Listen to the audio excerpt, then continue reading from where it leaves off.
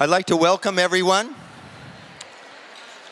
to this amazing luncheon roundtable on the impact of Transcendental Meditation on overcoming stress, raising performance, and enhancing work-life balance.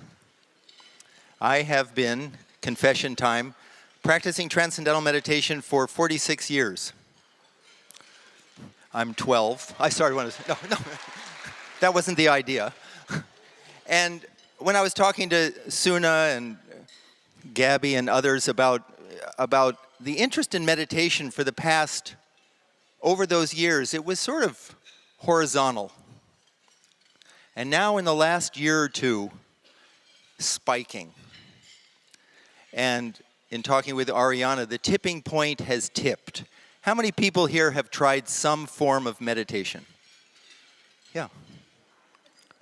That which was unusual before is now seen as essential. And today we are very fortunate to have 8 extraordinary women come and talk with all of us, and I'm going to be just the one token guy. Thank you, Joanna. Talk about their experiences with Transcendental Meditation and how it impacts their own lives, private, personal, and professional, and the research that's been done on the technique. This event is being co-hosted by the David Lynch Foundation, which has brought Transcendental Meditation to over 500,000 at-risk youth and adults in 35 countries in the past 10 years. And also,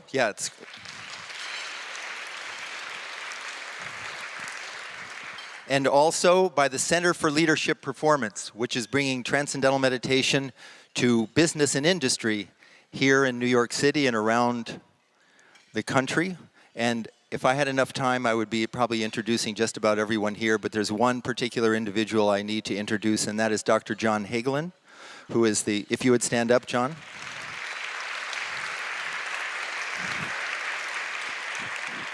John is a Harvard-trained quantum physicist, and he has been leading an international delegation of scientific research into the effects on TM for over 30 years. And he also heads up the TM organization in the United States. We are going to begin, while they continue to serve, with a 5-minute video that gives you a vision of the work of the David Lynch Foundation, and then we are going to go right into our discussion. So if the lights could go down. Oh, by the way, I'm Bob Roth. I feel like I know most of you. I'm the executive director of the David Lynch Foundation. And it is more than slightly unusual to be standing here looking at you and everybody looking there at the screen. But that's okay, we'll get used to it. So if we could play this video, and then we'll begin the proceedings. Thank you all very, very, very much for coming. I looked inside. I was hollow in the happiness department. And I said, I gotta get that. And so I started a Transcendental Meditation.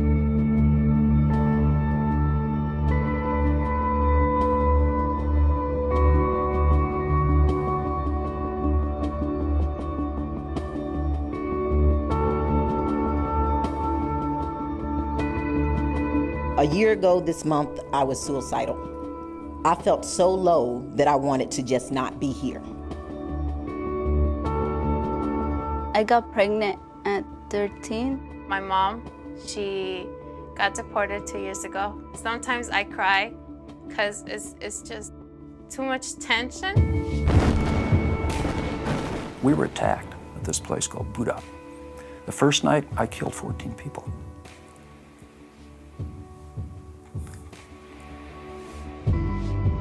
The number of women and girls who are raped and tortured and killed in war-torn areas around the globe is literally beyond comprehension. My in-laws turned against me. They tortured me, almost killed me. I always thought I sort of had a low-grade depression here, but it really was, ever since probably 10 years old, I just really been miserable with being myself. I was just so frustrated, full of misguided anger. I didn't know where to direct it to. I lost 4 members of my family. Diabetes. I don't want that to happen to my people.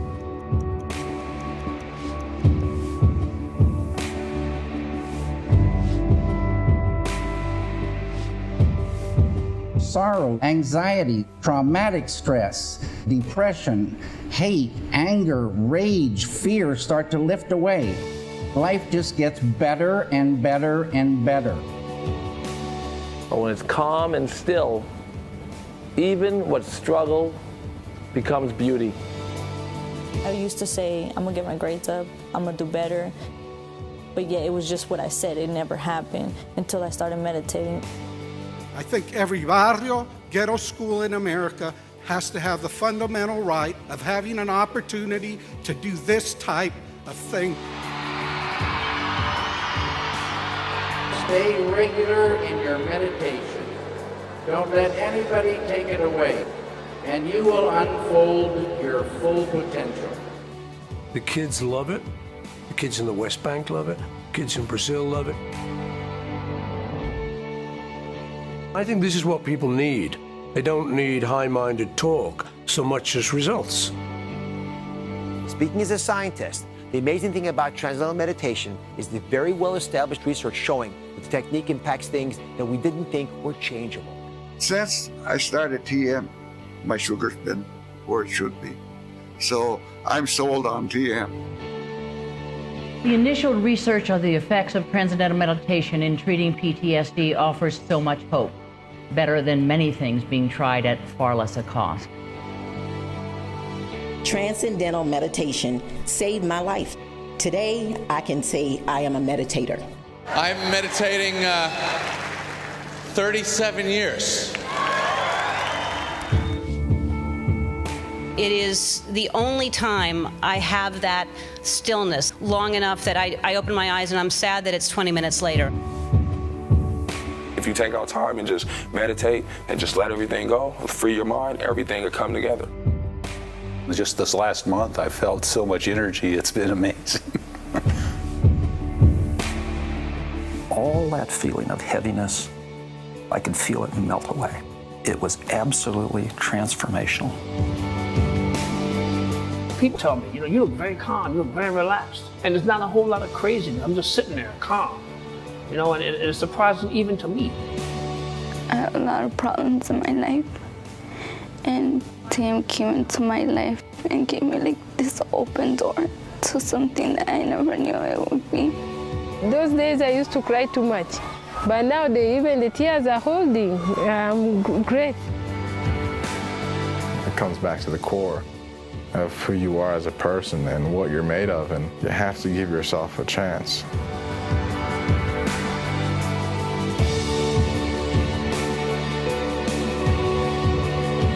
Real change for the good truly begins within.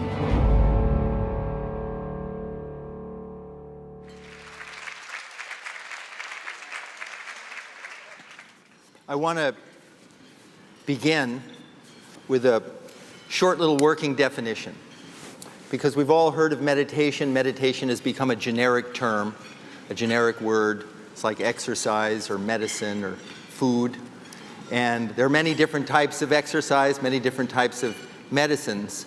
And the example I like to use, the analogy I like to use, is to define TM. You're sitting on a little boat in the middle of the Atlantic Ocean.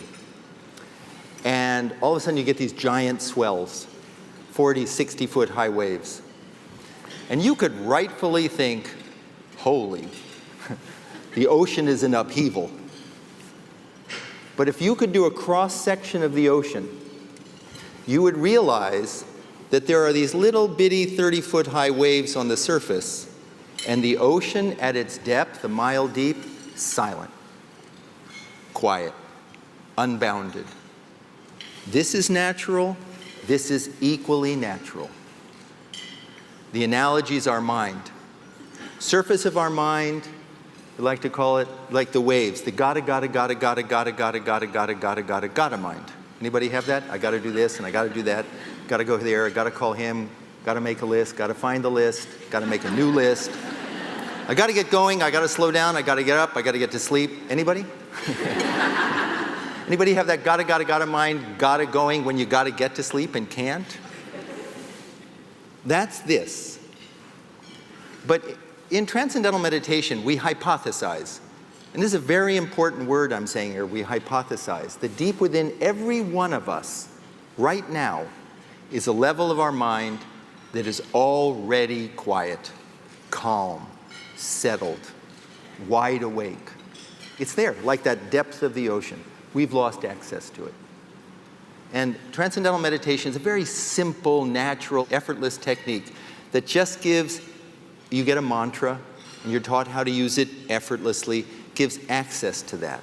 And when the mind, active, gotta mind starts to settle down effortlessly, because of the connection between mind and body, your body gains a state of rest deeper than sleep. And that deep rest, as we'll hear from our wonderful physician panelists, have profound benefits to health.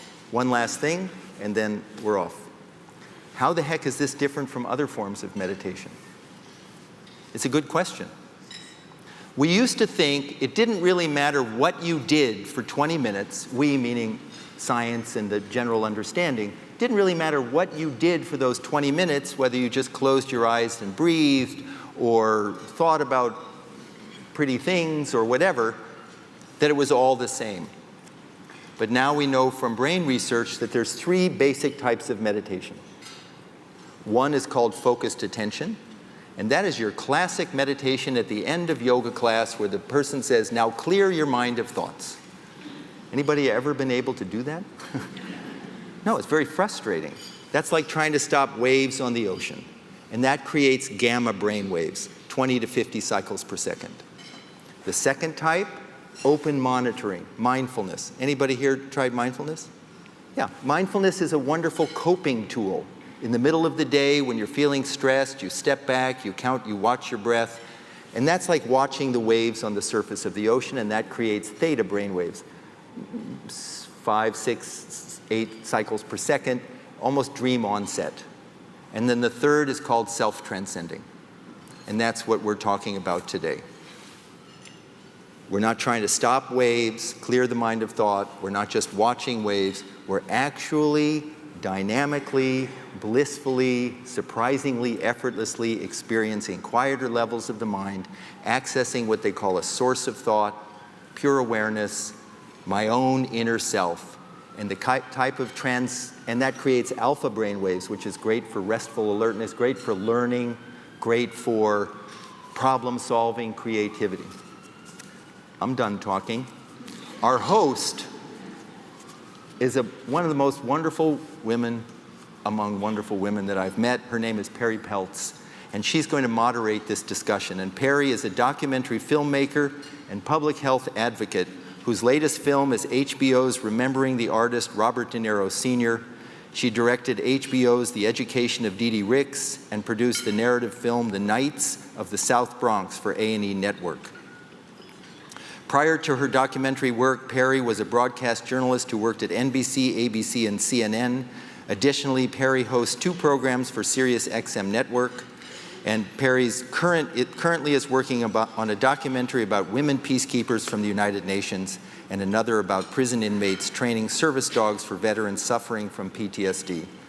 And I'd like to ask Perry to come up, and I'd also like...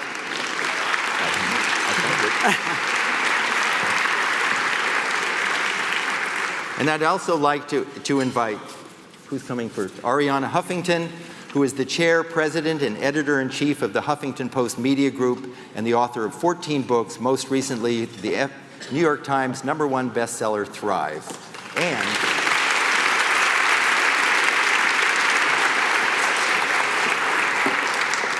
another extremely wonderful person, and I get to say that word a lot, Pat Harrison. Pat has been the CEO and president of the Corporation for Public Broadcasting since 2005. Prior to that, Patricia served as the Assistant Secretary of State for Educational and Cultural Affairs and acting under the Secretary for Public Diplomacy and Public Affairs under Colin Powell, and she is the former co-chair of the Republican National Committee. Take it away, Perry. Bob, thank you so much. And I think a round of applause for the busiest soulful man that I actually know, Bob Ross. And to the David Lynch Foundation, because not only does Bob and the foundation help all of us to lead more soulful and mindful and meditative lives, but also does such incredible work for people in need. And in fact, the proceeds from today's lunch actually go to help women and girls who have been the victims of violence and abuse. And I can't imagine really a better cause. So Bob and the David Lynch Foundation, thank you. And thank you for being here. Okay.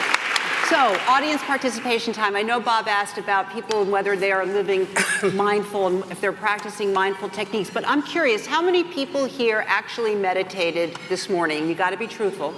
Oh my gosh, that's really impressive. That's really good. Okay, I'm going to move right along then.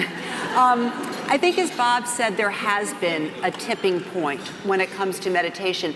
And I was reading this morning, does everybody know that British Airways actually just started a meditation program for its transatlantic flights for people who are fearful flyers, which I thought was really interesting. Of course, I am a terrible flyer. And I don't know that it would help, but maybe with a pound of Xanax, but you know, anyway. But I think that there has been this moment, and so I'm excited to be able to be here and moderate all of these wonderful panelists and for everybody to learn a little bit more about meditation. So let's move right along. Ariana, I was curious, I read something that you said that I loved, and I'm going to read it, but it said that you always take an hour to meditate or do yoga, and when you're really busy, you try to take 2 hours. Well, actually, this is something that in a different form, William Gladstone said when he was Prime Minister of England many decades ago. He said, I pray every day for 1 hour, except when I'm very busy, when I pray for 2.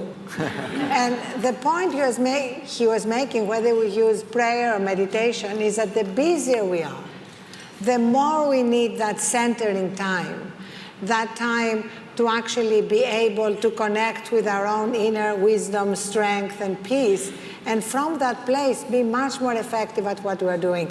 The point here is that there is no trade-off between performance. Everybody here works, has big jobs, stressful jobs. There's no trade-off between doing that well and actually tapping into that place of peace and strength and wisdom. But it's so difficult, right? Because we all live busy lives. The two of you have extraordinarily high-powered jobs, family obligations. I don't have to tell you, we all know it. And Patricia, I'm curious, I mean, you operated in government. You've done a lot of these kinds of demanding jobs. How do you, as Bob says, turn off the gotta, which I've got right now, but how do you turn it off and find the time to do it? Well, when I started focusing, as Ariana has, on women in leadership for a long time, we're always told to do one thing or the other: lean in, lean out, go to sleep, work harder. And I realized, while a lot of this is great advice, that we're not doing anything for ourselves. We're plugging in our iPhones, but we're not plugging in that internal sort of power, and we're throwing away our power. We're getting distracted, much like Ulysses, you know, and the sirens winding up on the rocks. I'm not going to use any more of those metaphors. But the important thing for me is in every new job I've had, every new position, like many of you here, the first thing is, how am I going to do this? And I'll be honest with you, I don't know anything about this, but somehow I'm here and doing this job. And in order to do it, in order to tap into your innate leadership abilities, you really have to have that sort of that check in your personal bank. And that's what meditation does. no matter what the situation, I sleep every single night. I'm afraid of saying that because tonight, Yeah, probably, exactly. you know, but I really do. I do. And it just infuses you with so much energy. Someone said to me, though, if you have any more energy, you'll be even more obnoxious. But it is something you really have to give it a try. And let me just say one thing. Yeah. I really thought I was the person who would never, ever meditate. I know Ariana a long time. And I thought, this is something for other people who have that calm gene. I'm Italian, I'm from Brooklyn, we don't do calm. And because of the David Lynch Foundation and the wonderful people there, I realized that everyone has this. Now let me just say one thing. I thought I had to have everything set up, like this spiritual corner with a plant and a candle. And I was sitting when I first started, and I sat down to do it, and my husband comes clumping up the steps at home. And I said, I'm meditating here. I'm not doing that anymore. That's great. I think what you said about technology, though, is so key, how we've all become better at taking care of our smartphones than taking care of ourselves. You know, I bet practically everybody here knows approximately how much battery remains on your smartphone. And if it gets below 13%, you get anxious and, you know, you look around for a recharging shrine. Well, in a way, I see meditation as my way to recharge that battery and to become better and better at seeing the warning signs when that battery is not recharged. Because, of course, I wasn't always good at that. In fact, I was terrible at that. 8 years ago, I collapsed from sleep deprivation and burnout. And yet, if you had asked me that morning, how are you, I would have said fine. Because being exhausted and being burnt out has become the new normal. But I'm so glad this is primarily women and a few enlightened men, because I really think women will be leading this revolution together with you, Bob, of course. And I think one of the reasons is that the latest research shows that we women are suffering more from stress. Like, it takes a greater toll on our health. Women in stressful jobs, and I'm sure that's everybody in the ballroom and on the stage, have a 40% greater risk of heart disease and a 60% greater risk of diabetes. So ladies, we can't afford to do it the way men have been doing it for decades. We have to do it differently. We have to change it for everybody, and men will be incredibly grateful to us. But the good news here is that I was reading today that many, many more men than women are buying the Apple Watch. And I think this is a good sign, because the Apple Watch is just a manifestation of everything we're talking about. The constant distractions, the constant buzzing notifications, every time you get an email or a text. And women, I mean, if you look at another study that came out, which I love, from Harvard, they put women by themselves and men by themselves in a room, and they gave them the choice of sitting quiet. They told them 15 minutes, not 20 minutes, without any distractions, no phones, no devices, nothing, or getting electric shock. Is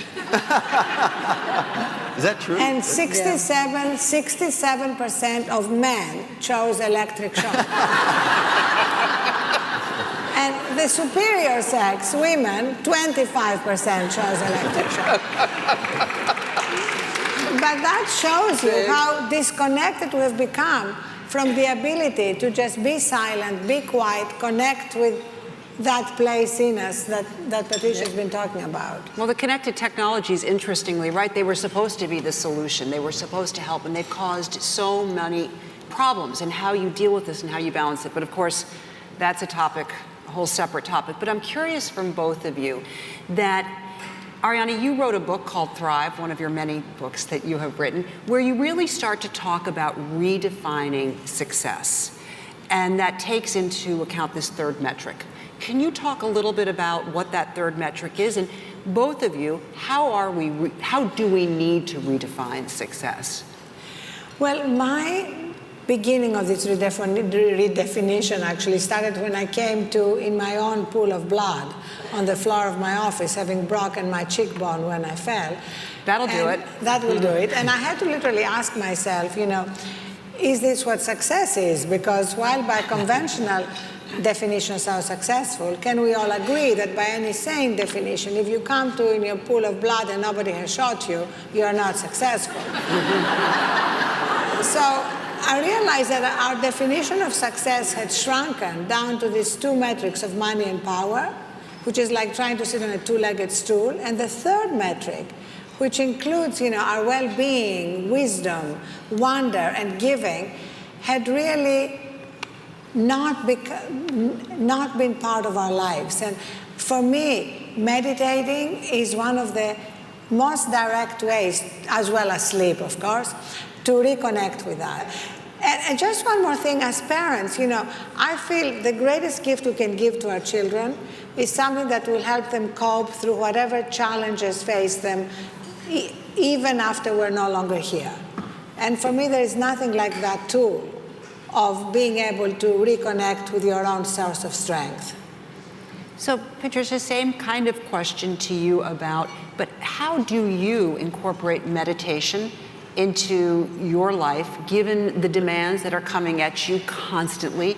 How do you do that? I mean, you said you're not there, you weren't defined that way, you weren't born that way. You gotta work at it. Definitely not. But I remember a couple of years ago, I wrote a book, A Seat at the Table.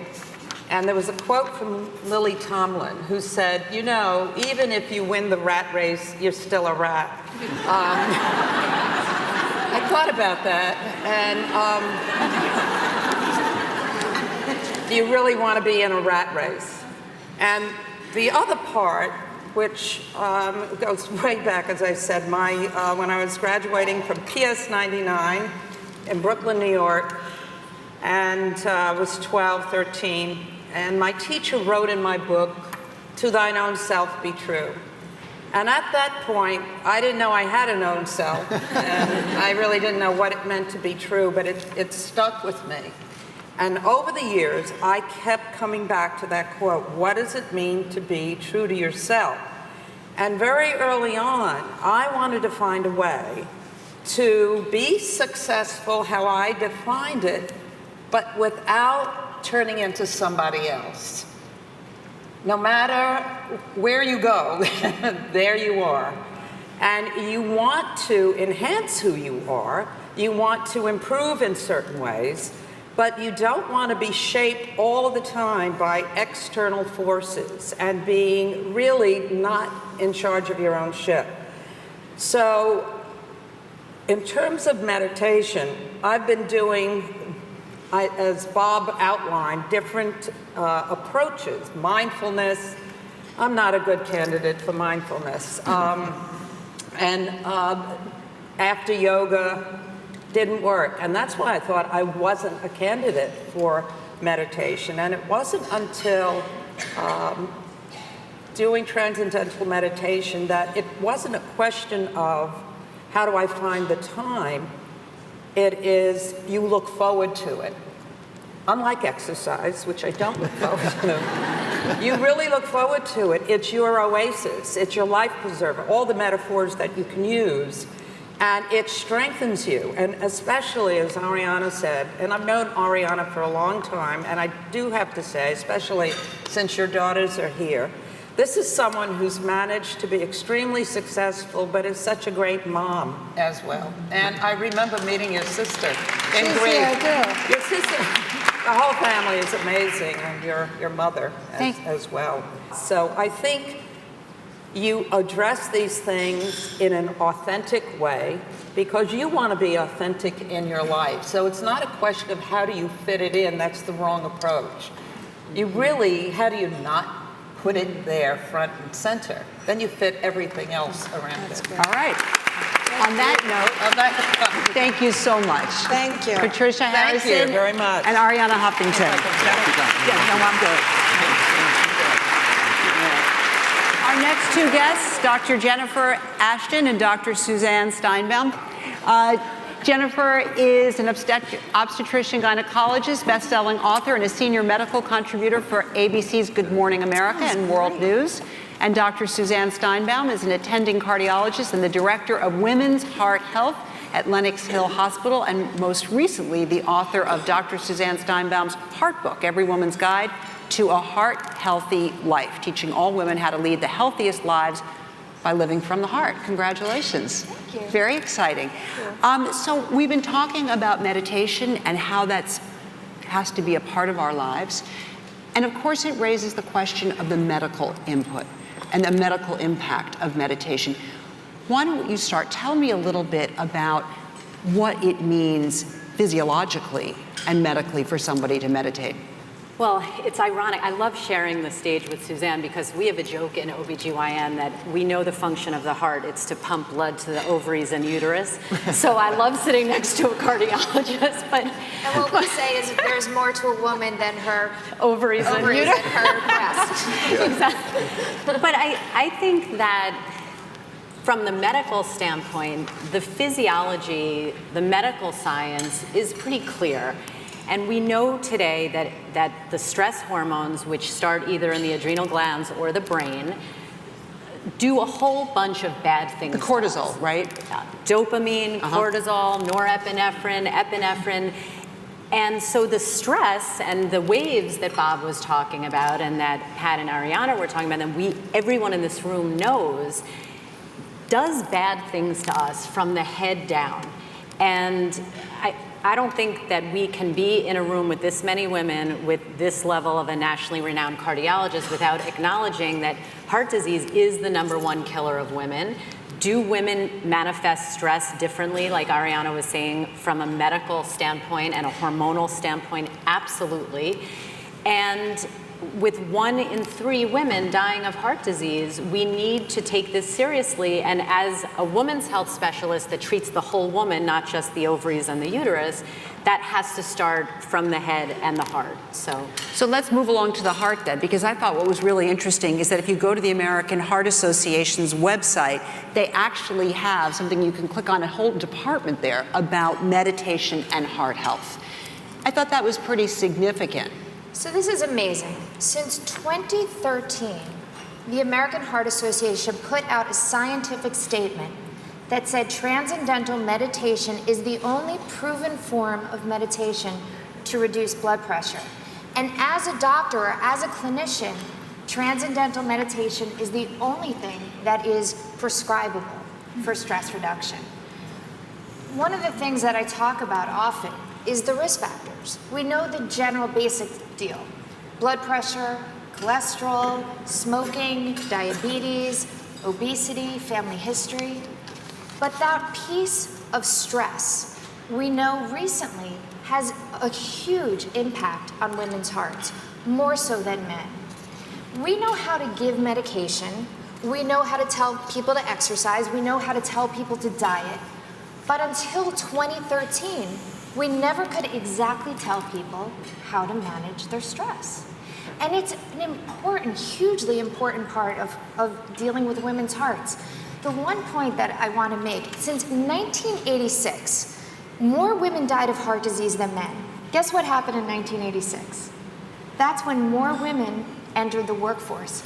That's when women entered the workforce just as much as men. So when we look at the lifestyle issues, when we talk about does stress really have an impact, clearly, we got to talk about the juggling act. We have to talk about the leaning in, the leaning out, and all of that, because it makes a difference. And now we have something to say, here's what we can give you. Here's a tool that you can have that can help reduce the stress. And you're seeing a difference with your patients? Absolutely. I can have someone walk into my office who all of a sudden their sugars are up, they gained weight, and I'll say, what's going on? What's happening? Really? And the answer is, you know what? I've been under so much stress. Right. And what do I say? I can very easily write another prescription. I can very easily say, oh, shame on you, you're eating too many cookies. Or I can actually really address the issue, which is coming down to stress. And many people will admit, this is the problem. But what do I do about it? What is the solution? And the interesting thing about TM is that it's not that mindfulness, it's not just the one-off. When you actually learn how to meditate properly, when you actually do TM, it affects the arteries, they dilate, it affects the cortisol, the epinephrine. All of these things decrease. The heart slows down. The whole system just relaxes, not just while you're doing it, but throughout the day. We were talking about the whole body, and we were talking about treating the whole body, but let's get back to the ovaries and the uterus, as you were talking about. Favorite areas around here. Right, exactly. I actually read something, and the title of the article was Meditation, Menopause, and Fiber. I thought it was an unusual title, but... It all comes out in the end. So to speak. We practiced that before. No, we didn't. What is the relationship, or is there a relationship between meditation and menopause? We can remove the fiber from this piece. Thank goodness. That's another specialty. You know what? I think there is a connection. I think we don't have to just stop at menopause, though. We can go way back to adolescence, puberty. Half of my practice are girls and women under the age of 21, and I see extreme PMS, PMDD, inability to cope with hormonal changes of their menstrual cycle. And as a doctor, I deal with it one way. As a woman, I think to myself, oh wow, if this is what you're going through at 15, let me tell you, it doesn't get easier.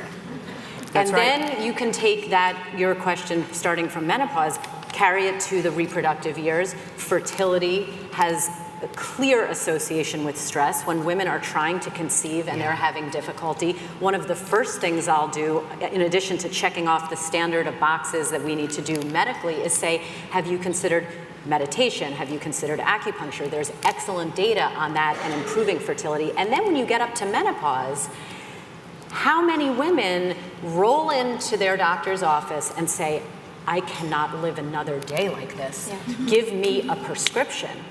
What we really want to do, as Suzanne was saying, is say, start from the head down.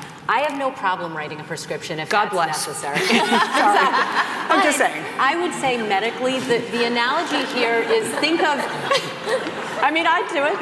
Think of the emergency room and then think of everything else you're doing as a wellness paradigm. If you need the emergency room, go to the emergency room, figuratively or literally. But if you don't, start by reducing that stress with something that I do write it on a prescription, because sometimes I feel like we have such a society and a culture that unless a doctor gets out that pad, people don't take it seriously. So as I write down 7 to 9 hours of sleep, Ariana, see, with every patient, as I write down, you must move your body every day, not 3 times a week, every day. I write that down, and then I write, and you need to meditate. We're very conditioned now to focusing on physical fitness, and that was, by the way, how I got to TM. I thought, God, I've got this down. I lift weights, I do my cardio, I'm from the neck down, I'm completely healthy. It was from the neck up that I really needed help, and it was Dr. Heal Thyself, and that's what led me to TM, and I think we need to remember that there's a head attached to the body. Dr. Suzanne Steinbaum, Dr. Jennifer Ashton, thank you so much. Amazing. Our next panel, I'd like to welcome Cynthia McFadden, Robin Roberts, and Leslie Jane Seymour. Cynthia is the senior legal and investigative correspondent for NBC Nightly News. And before coming to NBC, Cynthia was a co-anchor of ABC News' Nightline. Robin Roberts was named co-anchor of ABC's Good Morning America in 2005 and was a contributor before that since 1995. And Leslie Jane Seymour is the editor-in-chief of More Magazine and More.com. Welcome, everybody.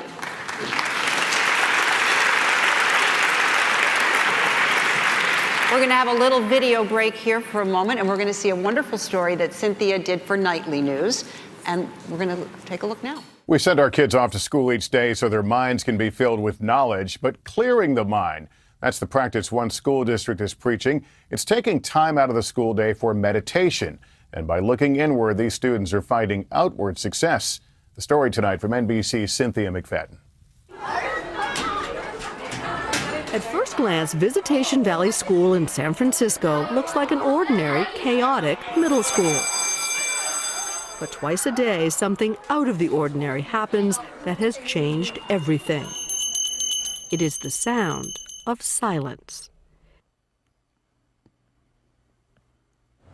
8 years ago, in the heart of one of the city's poorest and most violent neighborhoods, the school was spiraling out of control.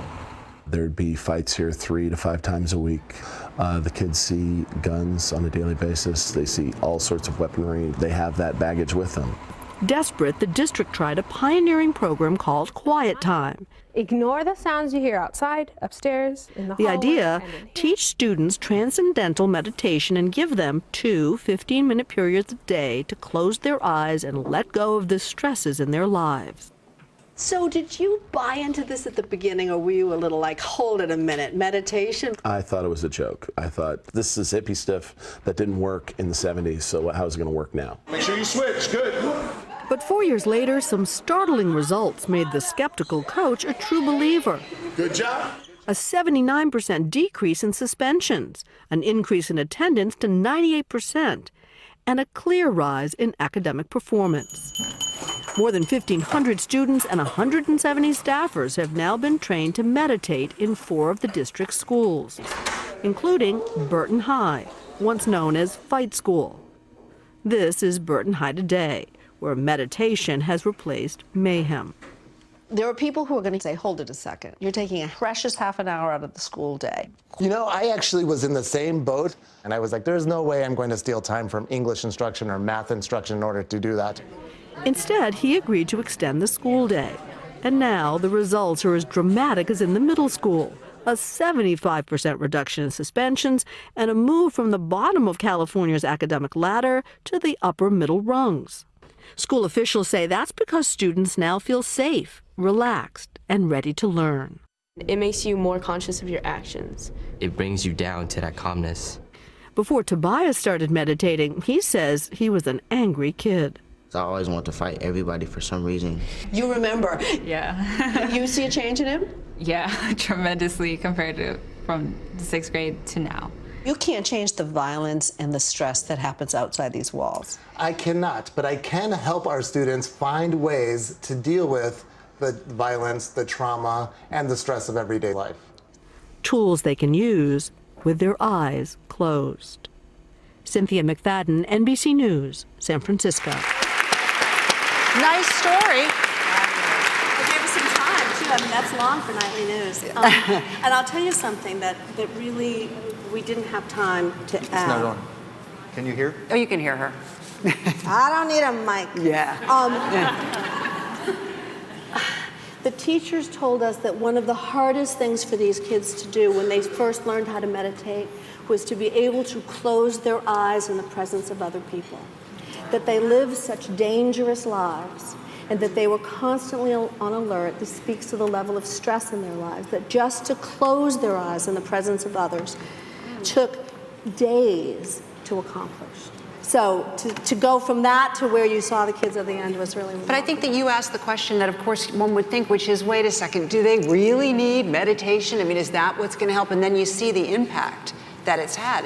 The kids were really inspiring. I have to say, I learned how to meditate through the David Lynch Foundation. I will tell you. And look how soulful she is. Unbelievably, I was the worst possible candidate. I forgot my mantra after the first session. I did that too. I was like so filled with anxiety because I was going to get it wrong, and then I forgot. I mean, I know a lot of you do it and do it successfully. I had to start with doing the timer on your phone where it tells you every 5 minutes because I was so anxious. It's not going to time it. I'm going to do it too long. I'm not going to do it long enough. And actually, I think Bob finally just said to me, Cynthia, relax. You're not going to do it wrong.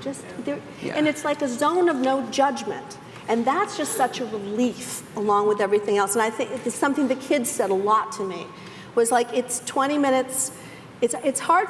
I have to confess, it's hard for me to do it twice a day. I'm pretty good on the morning. Sometimes at the end of the day, it's hard to schedule it in. But it is a judgment-free zone. And really, the only reason I learned, I just want to say to Ariana sitting out there, I got an invitation from Ariana a few years ago to go to a third metric lunch at her house, and I thought, oh my God, I'm already behind. I don't even know what the third metric is. And it was such an inspiring day, Ariana. You opened my eyes to a new way of being, and I am grateful and always will be to you for that. Robin, for those of us who don't know you personally, we all feel that we know you in a very deep way because we watched publicly as you battled some very serious physical challenges and medical conditions. And I'm curious, what role did meditation play as you went through that difficult time? It's, first of all, this has been an incredible experience, and I'm so grateful to Bob and everybody with the foundation for really opening my eyes to something that I had been doing traditionally in my family. You said quiet time. My grandma Sally had been doing quiet time, you know, from as long as I can remember, my mother and my sister. So I was familiar with that, and I was in tune with that. And I have 2 strikes against me. The first time with breast cancer in 2007, and thankfully got through it, but unfortunately the treatment led to a more serious condition. And then so when I had strike 2, I said, I'm going to go and I need to do something else because as both doctors were talking about earlier, stress, and my job is a wee bit stressful like everybody else, it's just a wee bit, and I wanted something more. I had already been taking care of myself physically, played basketball and tennis and ate healthy and did not smoke and drank in moderation. But there was one component that was missing, and so that has been just tremendous in my recovery. It will not prevent you from the things that are going to come your way, but boy, does it really help you in the recovery process. We're so happy to see you doing so well. Thank you. Thank you. Leslie, I loved in one of your editor's letters you wrote in More Magazine, mindfulness meditation makes me feel as if I'm being asked to wrestle my hyperactive monkey brain into calmness. And I liked it so much because it's exactly how I feel. I was a complete failure. We did, we take 150 of our readers with us to Miraval all the time. And I thought, okay, I'm going to meditate. And that's what they do there, which is great. And a lot of people they're all doing it. It's great, it's fabulous. It didn't work for me. That's all I can say, until I found this, which, I mean, it's exactly what Bob says. It's just ignoring the waves above. And I found the ability to go underneath was actually really quite easy. And I'm a 2-a-dayer. Like, if I don't get the 2, no, but if I don't get the 2, I say to people, like, I'm like a really cranky, mean person. You gotta let me go over here and do it. And I'm a really nice person when I come out of there.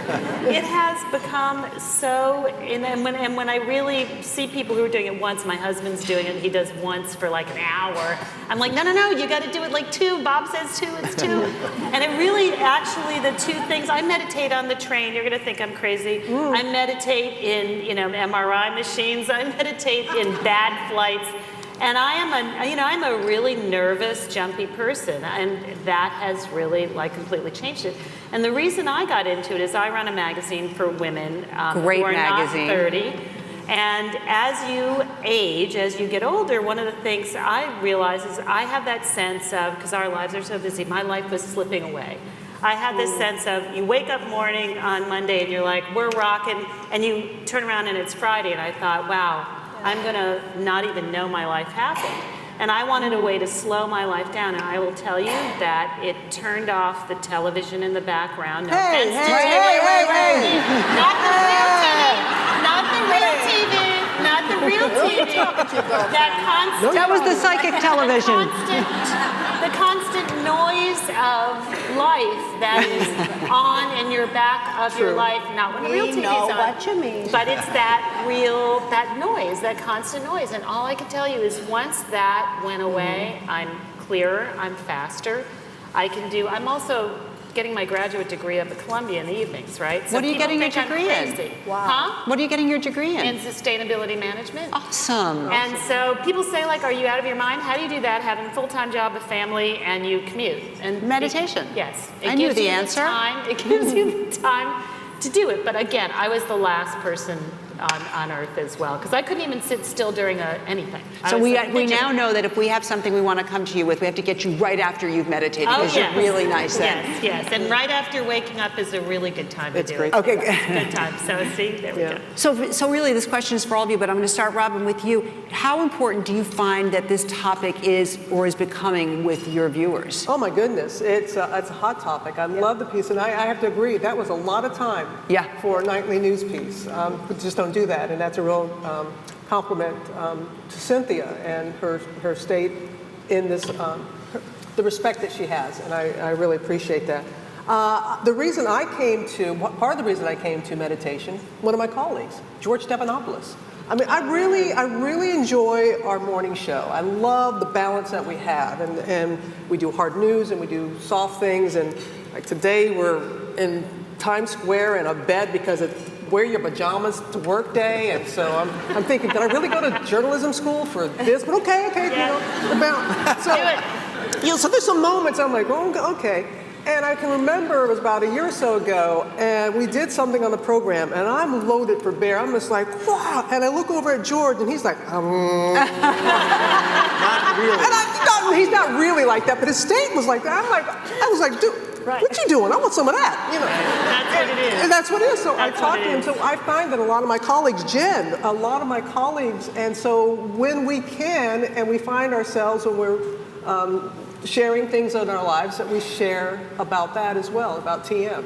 And another colleague at ABC, former from me, current for you, Dan Harris. Yes. 10% here, 10% happier. But I would like to take it out from, see, like what's so interesting is I find out all these people I know are doing it. Like it's got to be like, we got to get a ring or something, so like everybody knows, or a secret handshake. Like, right, exactly. I'm so tired of friends who I'm sitting there with, and I don't even know that you guys do it. It's like, it's great. One last question before, because I'm getting the wrap up from Bob. Oh, wrap up, okay.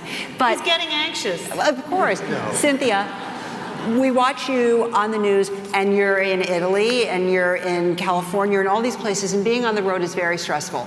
I'm curious, how do you incorporate this when you are dealing with jet lag and being up at all hours, and Robin getting up at 2 in the morning and making deadlines? How do you incorporate this meditation into your life? I think there's nothing like going through menopause and having a teenager at the same time. I really recommend it. If you haven't tried it, it'll get you meditating when you first get up. I think, I bet most of us find that before you get involved in the day. Sometimes I do sneak a cup of coffee in there before the meditation, which gives me a sort of buzzy meditation. The waves are really going. But I do it first thing. I do it first thing in the morning, and I think that's wherever you are, wherever I am, and I do think you are supposed to be sitting erect. So I mean, you can do it in other places. But that's the beauty of it. There are no rules. No. I mean, if you talk to all of us, we all have a different time that we do it, different way that we do it, and that's the beauty of it. And I remember the first time, and I mean, I was seeing the colors the first time. I was like, woo, this is some good stuff there, Bob. And then when I was doing it on my own, I'm like, oh man, I'm not feeling it as much. And I'll never forget what you told me. You said it's like a big pool. There's a shallow end and a deep end. You still got wet. Right. And once you did that, it's so forgiving. You can't do it wrong. Right. I should say that to learn this is not a mass meditation, transcendental meditation. It's not something you learn out of a book or a video or something like that. It takes about an hour a day over 4 consecutive days. You're taught with a certified teacher, and so you really get traction. And the first day it's 1-to-1, and then the next 3 days can be in a small group. And it's not something like it takes 2 months to master it. I know I teach a lot of people, and a lot of the people in the TM organization who come thinking, I'd love to be able to do it, but my mind is just so busy, I could never clear my mind of thoughts. I just want to tell you, in this, thoughts are a part of meditation. You're not stopping the waves. You're allowing the excited, agitated mind to effortlessly settle down towards that quiet self, that state of restful alertness. And it happens automatically. We teach a 10-year-old child with ADD who couldn't close her or his eyes for a half a minute and do nothing. And they love 10 minutes of TM at that age. So you have in your bag or somewhere, you have a card that gives you the information for learning and Mario Orsatti and Linda Manquist and the wonderful Genevieve Kimberlin are teachers here with professionals. And I want to say that we're a nonprofit organization. When you learn, part of the money that you pay goes to help women and children and veterans meditate. So the whole purpose is to bring this back out. But if you're interested, you can do it. Believe me, you can do it. Can I say something Yes. about the book on your table there, which I'm so glad it's there. That's how I got into it. I went to a book party for the person who wrote that book. Bob happened to be there.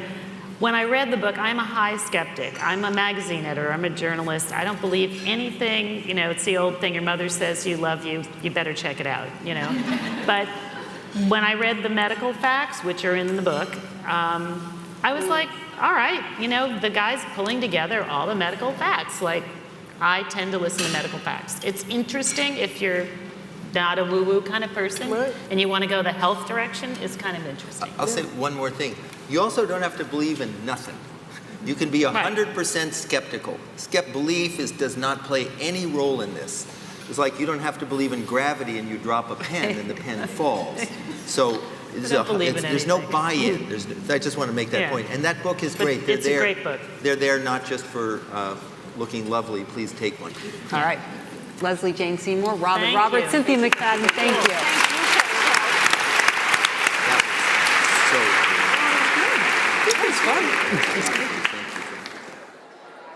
We have another reason why we're here, and that is the untold suffering that women and children experience at the hands of abusive partners. And someone asked me once why now there's such an interest in TM. And I said there's 3 reasons. It's a perfect storm. The problem of stress and trauma in our lives is greater and greater. Second, modern medicine has no pill that we can use to prevent trauma. There's no pill to prevent trauma, and there's no pill we can take to treat it or cure it. David Lynch Foundation's Women's Health Initiative, headed up by the wonderful Britton Croman. What we want to do, yes.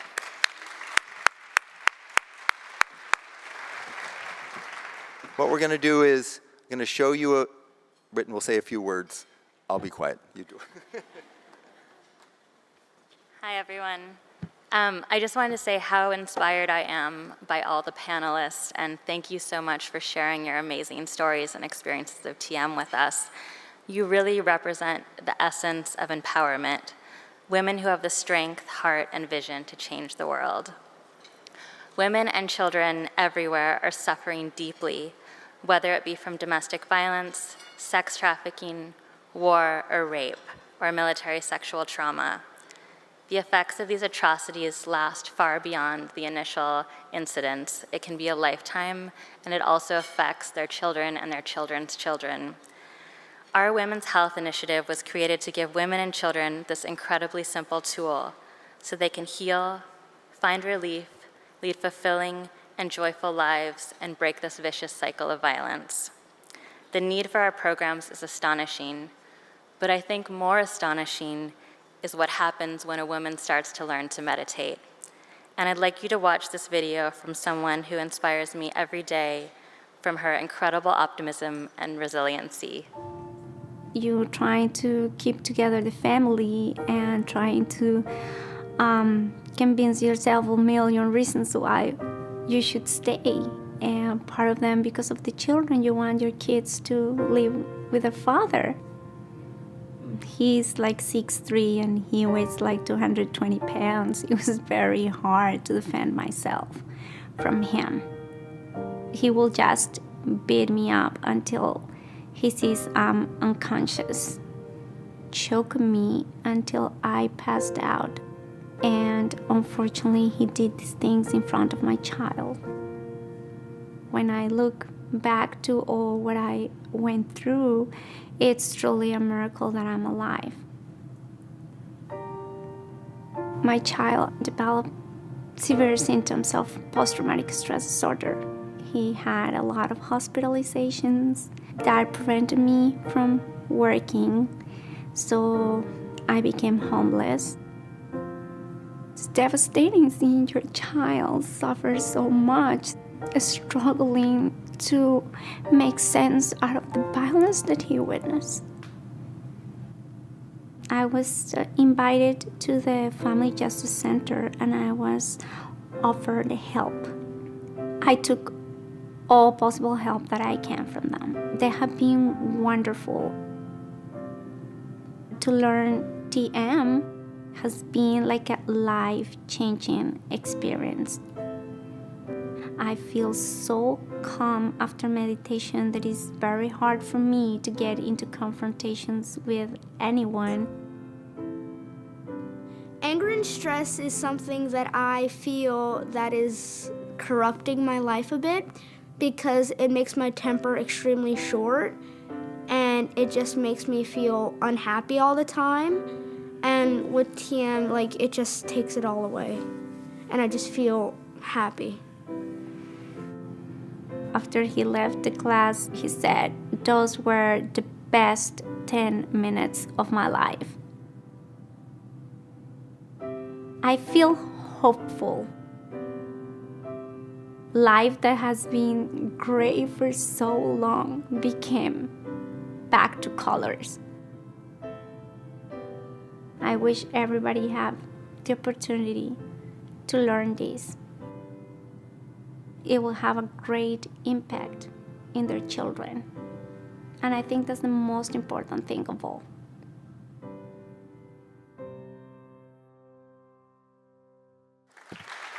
Please welcome Andrea and her son, Ibrahim.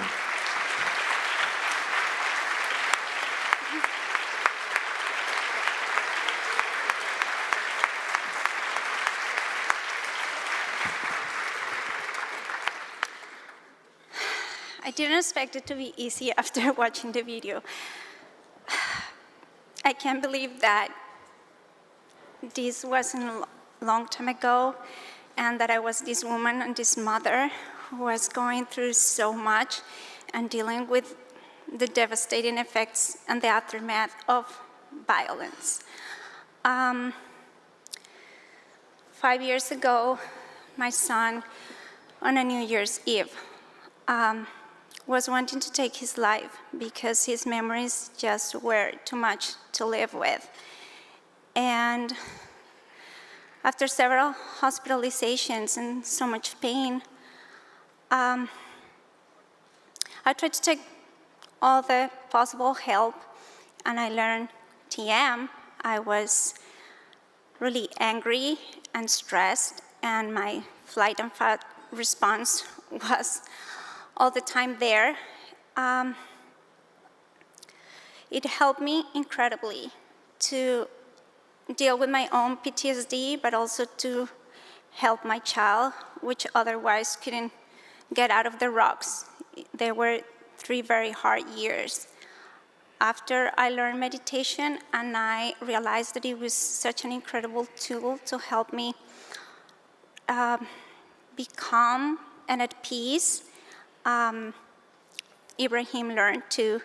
And after so long, I could tell you that today Ibrahim has been 3 years hospitalization-free and medication-free. And from that kid that was so broken, today Ibrahim is someone that in the past year got 5 scholarships for private schools and programs, special programs for physics and genetics with the National Society of Gifted and Talented.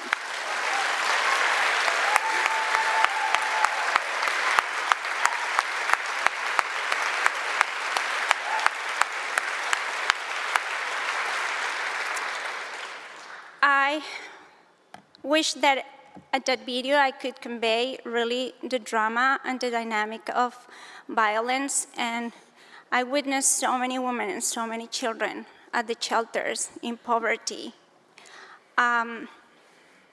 struggling. These children, the moms, instead to like using their energy into getting on their feet, they were just on damage control all the time, in crisis, all the time trying to help their children. I think TM is an incredible tool for women. If they can put their life together, they are at a good place. It will be much easier for them to help their children and get back on their feet. I think it's incredibly empowering, and I cannot thank enough the David Lynch Foundation for the opportunity that was given to my son and to me, and for all the things that they are doing for all those women that are still out there dealing with this craziness that is the aftermath of violence. I would like to say at last that Transcendental Meditation transcends from just our PTSD and our violence events. I'm dealing with a health condition, and TM has been an incredible tool to help me deal with those medical issues as well. Thank you so much. Did you want to say anything, or are you okay?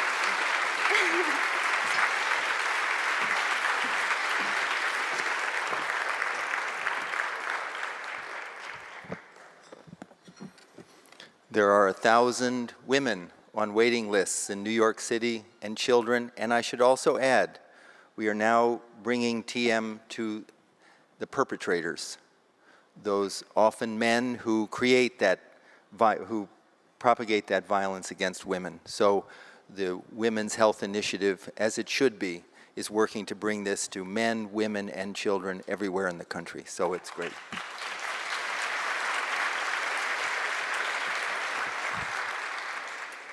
So many of you in this audience are incredibly generous with your time and resources.